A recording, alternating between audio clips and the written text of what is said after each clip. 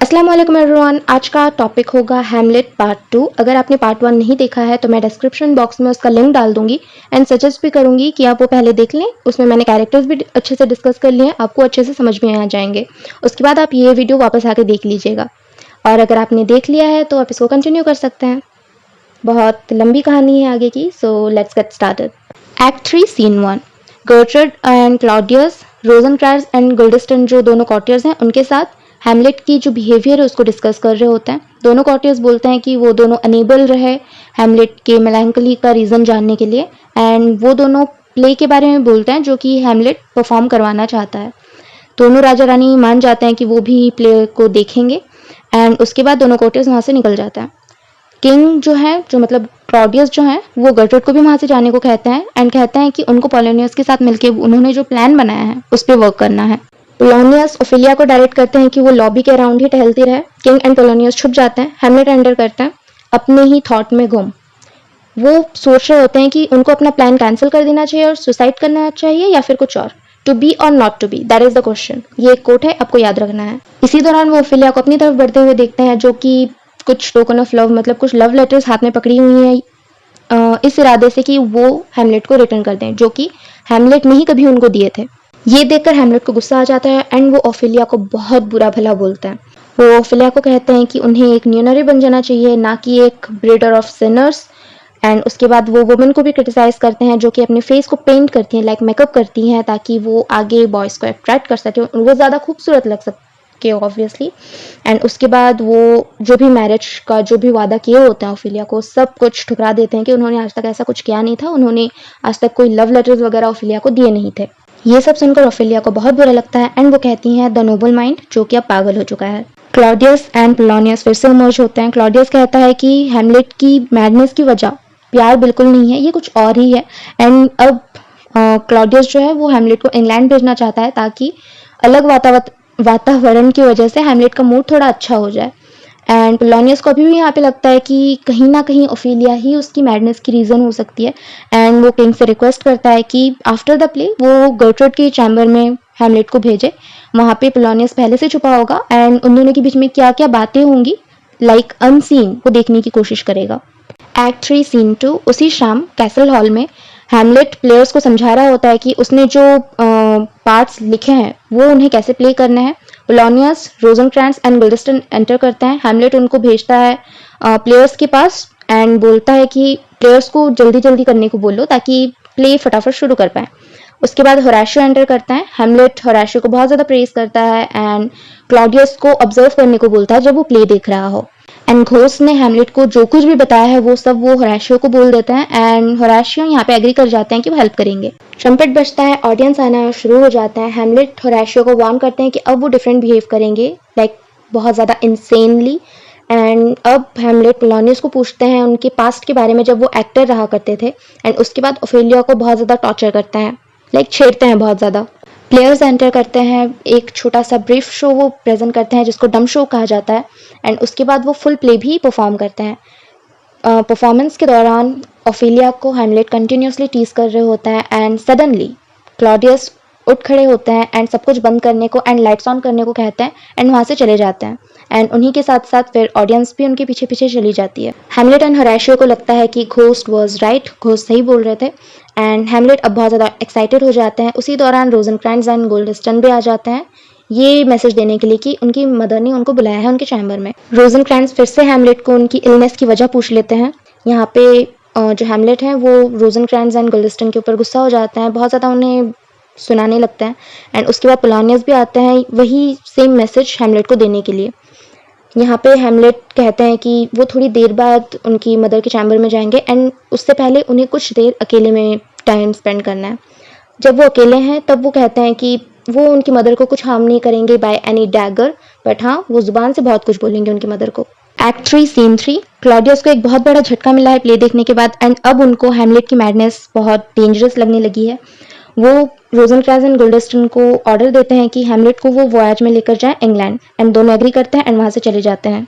Polonius enter करता है अपने प्लान के बारे में वापस क्लॉडियस को रिमाइंड कराने के लिए एंड कहता है कि वो जो कुछ भी सुनेगा आकर क्लॉडियस को सब कुछ बताएगा एंड वहाँ से चला जाता है। अब क्लॉडियस अकेला है, अकेले में वो जितने भी उसने गुनाह किए हैं उसकी माफ़ी मांगने लगता है गॉड को। वो घुटनों पे आ जाता है एंड अपनी सारी सिन को एक्सेप्ट करता है, लेकिन कहता है कि उसने सिन के साथ उसने जो भी गेन किया है वो उसे खोना नहीं चाहता। इसी दौरान हैमलेट चुपके से क्लॉडियस के रूम में आ जाता है। वो सब कुछ सुनता है क्लॉडियस ने जो कुछ भी बोला एंड वो उसे मारना भी चाहता है, लेकिन वो वहाँ पे रुक जाता है। सोचता है कि अगर क्लॉडियस प्रेन की पोजीशन में है एंड वो इस वक्त उसको मारेगा तो वो डायरेक्ट हेवन में जाएगा एंड हैमलेट को बिल्कुल गवारा नहीं है कि क्लॉडियस हेवन में जाए। तो इसलिए वो डिसाइड करता है कि क्लॉडियस जब सिन कर रहा होगा लाइक ड्रिंकिंग, गैम्बलिंग या वगैरह वगैरह, तब वो उसको मारेगा ताकि वो हेल में जाए। Act 3 scene 4। Queen and Polonius queen के चैम्बर में हैमलेट का वेट कर रहे होते हैं। पोलोनियस क्वीन को अच्छे से समझाता है कि क्वीन को हैमलेट के साथ बहुत ज़्यादा हार्श बिहेव करना है। उसके पिछले बिहेवियर की वजह से ऐसा लगना चाहिए कि क्वीन बहुत ज़्यादा बिजार हो चुकी हैं एंड इस वजह से वो हैमलेट को बहुत ज़्यादा कोस रही हैं। पोलोनियस छुप जाता है बिहाइंड द एराज एंड अब हैमलेट पूरे फोर्स में आता है रूम में एंड पूछता है उसकी मदर से कि क्यों उसने उसे बुलाया है। गर्ट्रूड कहती है कि हैमलेट ने उसके फादर मतलब उसके स्टेप फादर किंग क्लॉडियस को ऑफेंड किया है। इसी वक्त हैमलेट गर्ट्रूड को रोक देता है एंड कहता है कि गर्ट्रूड ने उसके फादर मतलब लेट किंग हैमलेट को ऑफेंड किया है क्लॉडियस से शादी करके। हैमलेट गर्ट्रूड को बहुत कुछ सुनाता है, इतना ज़्यादा कि गर्ट्रूड वहाँ पे चिल्ला चिल्ला कर रोने लगती है। पोलोनियस को लगता है कि गर्ट्रूड खतरे में है एंड वो बिहाइंड द एराज ही जो भी सोल्जर्स हैं, कोर्टियर्स हैं, उनको बुलाने लगता है गर्ट्रूड की हेल्प के लिए। हैमलेट को लगता है कि एराज के पीछे क्लॉडियस छुपा है एंड वो बिना देखे ही अपना स्वॉर्ड स्टैब कर देता है एराज में। ये सब कुछ देखकर गर्ट्रूड हैमलेट को पूछती है कि उसने क्या किया एंड उसको बोलती है कि उसके जितने भी एक्शंस हैं वो सब रैश एंड ब्लडी हैं। इसके रिप्लाई में हैमलेट बोलता है कि उसके एक्शंस गर्ट्रूड के एक्शन से कम ही ब्लडी हैं, जिसने उससे शादी की जो उसके हस्बैंड का कातिल है। गर्ट्रूड को इस बात पर यकीन नहीं होता कि उसने क्या सुना है एंड हैमलेट कहता है कि उसने सब कुछ सही सुना है जो हैमलेट ने कहा। हैमलेट एराज को लिफ्ट करके देखता है कि वहाँ पे क्लॉडियस नहीं बल्कि पोलोनियस है। उसने गलती से पोलोनियस को मार डाला है। वो पोलोनियस को इन ट्रेंडिंग फूल कहता है एंड उसके बाद गर्ट्रूड की तरफ रुक करता है अपना। दोनों की फोटो दिखाता है वो, लेट किंग हैमलेट की एंड प्रेजेंट किंग क्लॉडियस की। हैमलेट गर्ट्रूड को बहुत ज़्यादा कोसता है। उसी बीच घोस्ट फिर से अपीयर होता है एंड हैमलेट को याद दिलाता है कि उसका जो रिवेंज है वो पूरा नहीं हुआ क्योंकि अभी तक क्लॉडियस जिंदा है। गर्ट्रूड घोस्ट को देख नहीं पाती एंड उसको लगता है कि हैमलेट पागल हो चुका है। हैमलेट उसको बहुत समझाने की कोशिश करता है कि वो पागल बिल्कुल नहीं है, वो बस एक्टिंग कर रहा था, और ये भी कहता है कि ये सब जो कुछ भी हुआ ये सब वो क्लॉडियस को ना बताए। एंड गर्ट्रूड को फिर से याद दिलाता है कि उसको अब सेल करना है रोजेनक्रैंज एंड गुल्डस्टन के साथ एंड उन दोनों को वो स्नेक कहता है, पॉइजनस स्नेक कहता है, जिनकी लॉयल्टी बस क्लॉडियस के साथ है। वो अपनी मदर को गुड नाइट विश करता है एंड पोलोनियस की जो बॉडी है उसको ड्रैग करते हुए वहां से चला जाता है। Act 4 scene 1। मीटिंग के बाद गर्ट्रूड जो है वो क्लॉडियस की तरफ दौड़ती हुई आती है एंड कहती है कि हैमलेट पागल हो चुका है वायलेंट स्टॉर्म की तरह, एंड ये भी कहती है कि उसने पोलोनियस को मार दिया है। किंग गर्ट्रूड को कहता है कि हैमलेट को अभी ही इंग्लैंड के लिए रवाना होना पड़ेगा एंड उन दोनों को कुछ प्लान बनाना पड़ेगा ताकि वो कोर्ट में क्या कहे हैमलेट की मिसडीड के बारे में। एंड उसके बाद वो रोजेनक्रैंज एंड गुल्डस्टन को बुलाता है हैमलेट को ढूंढने के लिए। Act 4 scene 2। एल्सिनर के दूसरी तरफ हैमलेट जो बॉडी को डिस्पोज करना खत्म कर देता है। रोजेनक्रैंज एंड गुल्डस्टन उसको ढूंढते हुए वहां पे आते हैं, पूछते हैं कि बॉडी कहाँ है। हैमलेट उनको इनडायरेक्टली बोलता है कि body is with king but king is not with body, and directly बताने के लिए साफ साफ मना करता है एंड दोनों को बहुत ज्यादा कोसता है कि उन दोनों ने क्लॉडियस का साथ दिया एंड उसके लिए स्पाई किया। एट लास्ट उन दोनों के साथ क्लॉडियस के पास जाने के लिए वो एग्री करता है। Act 4 scene 3। किंग बताता है कोर्ट को कि पोलोनियस की डेथ हो चुकी है एंड हैमलेट इंग्लैंड जाना चाहता है। रोजेनक्रैंज एंड गुल्डस्टन हैमलेट को लेकर आता है। हैमलेट गार्ड के अंडर में होता है। क्लॉडियस हैमलेट को बहुत ज्यादा प्रेशर करता है कि वो रिवील कर दे कि उसने बॉडी कहाँ पे छुपाई है। हैमलेट कहता है कि बॉडी को वॉर्म्स ने खा लिया है एंड क्लॉडियस किसी मैसेंजर को हेवन भेज सकते हैं ताकि वो पोलोनियस की तलाश करे, या फिर खुद हेल जा सकते हैं ताकि वो पोलोनियस को ढूंढ सके। फाइनली हैमलेट बॉडी की लोकेशन बता देता है कि वो कैसल के लॉबी में जहाँ पे स्टेज है उसके नीचे छुपी है। क्लॉडियस उस लोकेशन पे कुछ गार्ड्स को भेजता है एंड उसके बाद हैमलेट को कहता है कि उसे अभी इसी वक्त इंग्लैंड जाना है एंड उसके साथ रोजेनक्रैंज एंड गुल्डस्टन को भी भेजता है। अब क्लॉडियस अकेले में उस सील्ड ऑर्डर के बारे में सोचने लगता है जो कि उसने गुल्डस्टन एंड रोजेनक्रैंज के हाथों इंग्लैंड भेजे हैं, जिसमें लिखा है कि हैमलेट को कत्ल कर दिया जाए। Act 4 scene 4। डेनमार्क के नियर बाय प्लेन में प्रिंस फॉर्टिनब्रास मार्च कर रहे हैं अपनी आर्मी को लेकर पोलैंड की तरफ। अपनी कैप्टन को वो ऑर्डर देते हैं कि किंग ऑफ डेनमार्क से वो परमिशन लेके आए ताकि वो ट्रैवल कर पाए उनके लैंड के अंदर से। कैप्टन रास्ते में हैमलेट, रोजेनक्रैंज एंड गुल्डस्टन को मिलते हैं एंड हैमलेट को सब कुछ बताते हैं कि ये कॉन्फ्लिक्ट जो है ये एक छोटे से लैंड को गेन करने के लिए हो रहा है। हैमलेट अब सोचने लगते हैं कि लोग अक्सर एक छोटी सी गेन के लिए कितना बड़ा वायलेंस क्रिएट कर देते हैं, जबकि हैमलेट का रीजन बहुत ज्यादा बड़ा है एंड उसको पूरा करने के लिए भी हैमलेट डिले कर रहे हैं। एंड अब हैमलेट सोचते हैं कि उनकी जो सोच होगी वो पूरी ब्लडी होगी, उनके थॉट्स पूरे ब्लडी होंगे। Act 4 scene 5 Gertrude and Horatio Ophelia के बारे में डिस्कस कर रहे होते हैं। गर्ट्रूड कहती है कि वो ओफेलिया से मिलना नहीं चाहती, लेकिन होरेशियो कहता है कि ओफेलिया की ग्रीफ की वजह से उसके ऊपर पिटी करनी चाहिए। ओफेलिया इतने में एंटर होती है फ्लावर के साथ कुछ गाते हुए। अब क्लॉडियस भी एंटर करते हैं, ओफेलिया के कुछ बोल सुनते हैं, जैसे कि दे say the owl was a baker's daughter. Claudius कहते हैं कि अपने फादर की डेथ की वजह से ओफेलिया पागल हो गई है एंड लेटस फ्रांस से वापस आ चुका है। कैसल के अंदर एक लाउड नॉइस इको होती है। किंग गार्ड्स को बुलाता है। एक जेंटलमैन आकर क्लॉडियस को कहता है कि लेटस कुछ मॉब ऑफ कॉमनर्स के साथ अंदर आ चुके हैं एंड वो जो कॉमनर्स हैं वो लेटस को लॉर्ड कह रहे हैं एंड कुछ लोग ये भी विस्पर कर रहे हैं कि Laertes should be the king. Laertes hall के अंदर बहुत ज़्यादा गुस्से में आते हैं एंड अपनी रिवेंज की मांग करते हैं। क्लॉडियस लेटस को काम करने की कोशिश करते हैं। गर्ट्रूड कहती है कि क्लॉडियस इनोसेंट है, उन्होंने कुछ नहीं किया। इतने में ओफेलिया फिर से एंटर करती है एंड ओफेलिया की एबनॉर्मल हालत को देखकर लेटस बहुत ज़्यादा गुस्सा हो जाते हैं फिर से। क्लॉडियस लेटस को कहते हैं कि वो उनके रिवेंज में मदद करेंगे, लेकिन अगर लेटस जो है वो क्लॉडियस की पूरी बात सुने। एक्ट 4 सीन 6 कैसल की दूसरी तरफ होरेशियो दो सेलर से मिलते हैं जो हैमलेट का एक लेटर उनके पास पहुंचाते हैं। लेटर में लिखा हुआ होता है कि हैमलेट की जो शिप थी उसको पायरेट्स ने कब्जा कर लिया था एंड उन्होंने ही हैमलेट को डेनमार्क वापस भेज दिया है। लेटर में ये भी लिखा हुआ होता है कि रोजेनक्रैंज एंड गुल्डस्टन के बारे में हैमलेट को बहुत कुछ बताना है होरेशियो को एंड उसमें होरेशियो के लिए एक रिक्वेस्ट भी थी कि ये जो सेलर्स हैं इनको किंग एंड क्वीन के पास भेज दिया जाए ताकि ये दोनों जो भी हुआ था वो किंग एंड क्वीन को अच्छे से एक्सप्लेन कर पाएं। होरेशियो वैसे ही करते हैं, पहले वो सेलर्स को किंग एंड क्वीन के पास ले जाते हैं एंड उसके बाद सेलर्स को फॉलो करने लगते हैं हैमलेट को ढूंढने के लिए, जो कि कैसल के कंट्री साइड के पास है।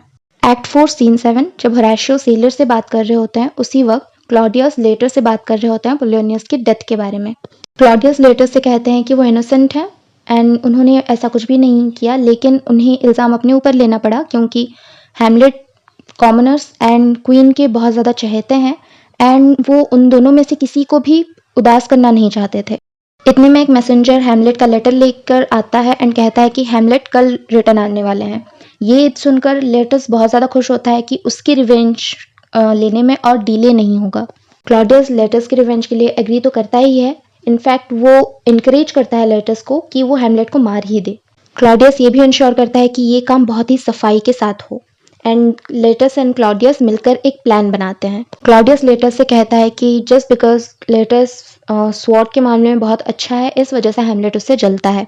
अब दोनों मिलकर एक प्लान बनाते हैं कि लेटस एंड हैमलेट के बीच में एक फेंसिंग का ड्यूएल होगा जहाँ पे लेटस एक पॉइजनस स्वॉर्ड यूज करेगा ताकि एक माइनर कट भी हैमलेट को जान से मार सके एंड अगर हैमलेट जीत जाता है तो क्लॉडियस उसको एक ग्लास वाइन ऑफर करेगा जिसमें पॉइजन मिला होगा।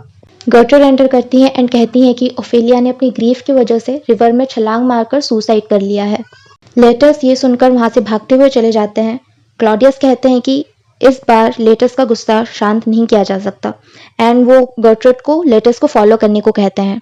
एक्ट 5 सीन 1 दो ग्रेव डिगर्स ग्रेव को डिग करते हुए डिस्कस करते हैं कि ओफेलिया को यहाँ पे दफनाना सही रहेगा या नहीं रहेगा, क्योंकि अकॉर्डिंग टू रिलीजियस डॉक्टराइन कि कोई अगर सुसाइड कर लेता है तो उसको क्रिश्चियन बुरियल नहीं दिया जाता।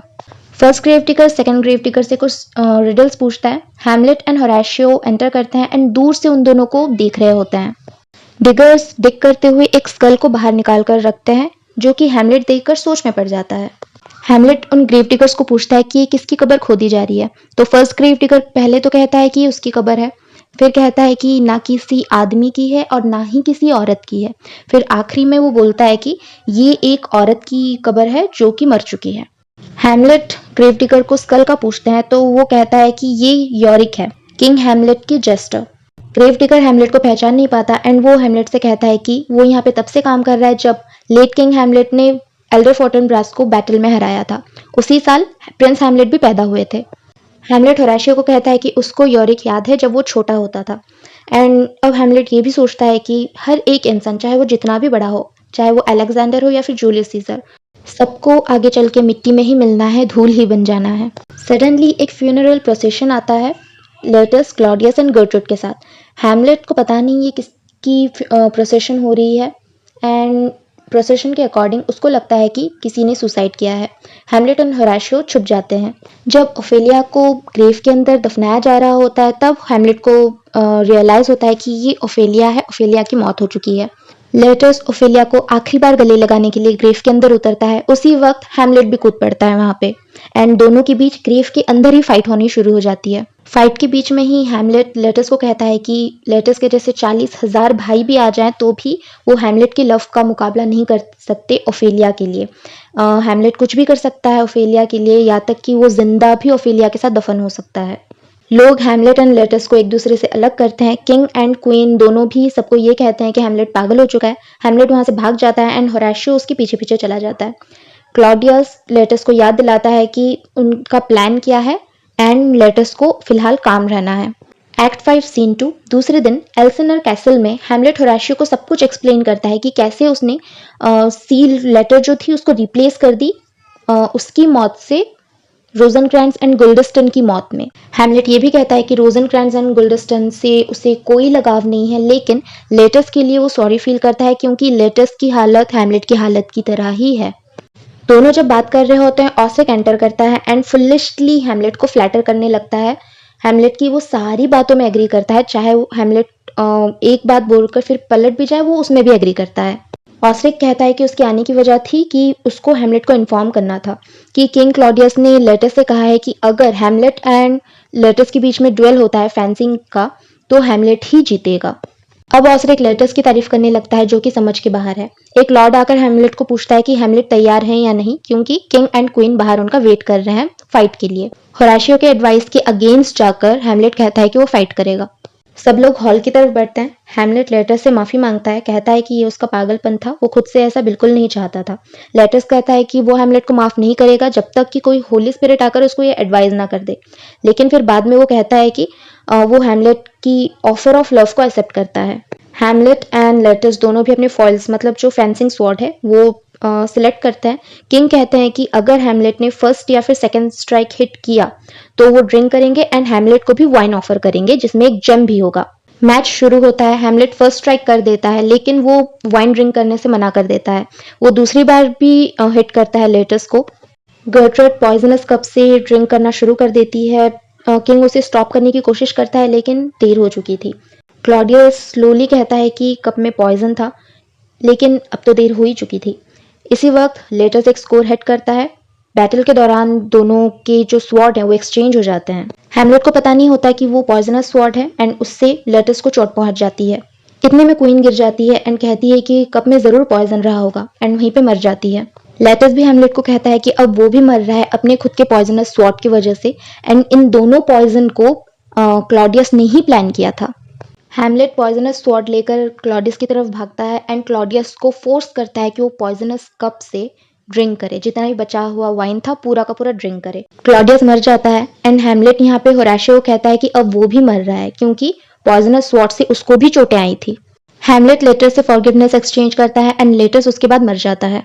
मार्चिंग की साउंड इको होती है। ऑस्रिक डिक्लेयर करता है कि फोर्टिनब्रास पोलैंड से रिटर्न हो रहे हैं। हैमलेट फिर से ही होराशियो कहता है कि वो मर रहा है एंड होराशियो कहता है कि वो सुसाइड ना करे बल्कि हैमलेट की जो स्टोरी है वो सबको सुनाए। हैमलेट विश करता है कि जो अगला किंग हो डेनमार्क का वो फोर्टिनब्रास हो, एंड उसके बाद हैमलेट मर जाता है। फोर्टिनब्रास रूम के अंदर मार्च करता है एक इंग्लिश एम्बेसडर के साथ जो कहता है कि रोजनक्रैंस एंड गुल्डस्टन मर चुके हैं। होराशियो कहता है कि हैमलेट ने जो कुछ भी एक्सपीरियंस किया है एंड जो होराशियो ने देखा है वो सब कुछ सबको सुनाएगा। फोर्टिनब्रास ऑर्डर देता है कि हैमलेट को एक सोल्जर की तरह कैरी किया जाए, उसको सोल्जर की तरह जाके सम्मान दिया जाए एंड उसको दफनाया जाए। सो ये था हैमलेट बाय शेक्सपियर। अगर आपको कोई डाउट है तो आप कमेंट सेक्शन पर पूछ सकते हो, डीएम कर सकते हो इंस्टाग्राम पे, या फिर मुझे ईमेल कर सकते हो। Thank you for watching.